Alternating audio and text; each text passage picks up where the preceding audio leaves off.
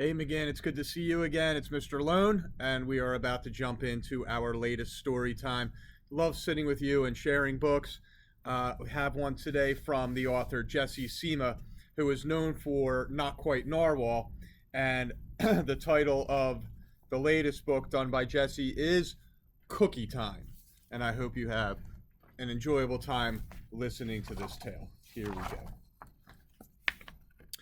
Grandpa put the cookies in the oven and set a timer. Now we wait, he said. Kat and Ari loved cookie time, but waiting was very difficult. So they built a time machine. They set it to take them into the future, to just after the cookies were finished baking. That way, they would never have to wait. At least, that was the plan. When they arrived in the future, the house was dark and quiet. They retrieved the spare key and snuck into the kitchen for cookie time. We must have already eaten them all. Oh, but they were too late. We must have already eaten them all, said Ari. That was very rude of us, said Kat. But they forgave their future selves and returned to their time machine. They set it to take them into the past, to just before they ate all the cookies. At least, that was the plan. When they arrived in the past, the house looked different, and so did Biscuit. Is that you? Asked Ari.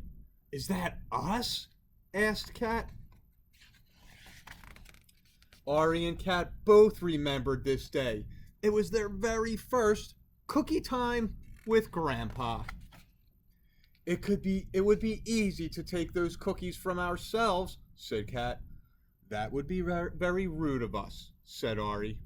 And neither of them wanted to ruin what had been a perfect day. So they returned to their time machine. They set it to take them to the future, to just after the cookies were finished baking, but just before they would be eaten. At least, that was the plan. When they arrived in the future, everything seemed different. But it turned out some things were not. As they raced through the streets, Ari and Kat caught a familiar scent in the air. They followed their noses until they found the source. They chose exactly the kind of cookies they wanted, and they didn't even have to wait. But something was missing. They had the cookies, but this was not cookie time. Kat and Ari decided it was time to go home. There was just one last thing to take care of. You took that from us, said Ari. That was very rude of you, said Kat. And in that moment, they knew what had to be done. With their time machine returned to working order, they very carefully set it to take them back to when they started. When they arrived at home, everything looked just like they had left it, and nothing was missing. To their surprise, it felt like no time at all before. It was cookie time, and everyone agreed it had been worth the wait, except for Biscuit. We'll play with you soon, said Ari. Wait till we're finished, said Kat. But waiting was very difficult. So boys and girls, I hope you enjoyed that little story. I also love the little nod to how special the time was with their grandfather.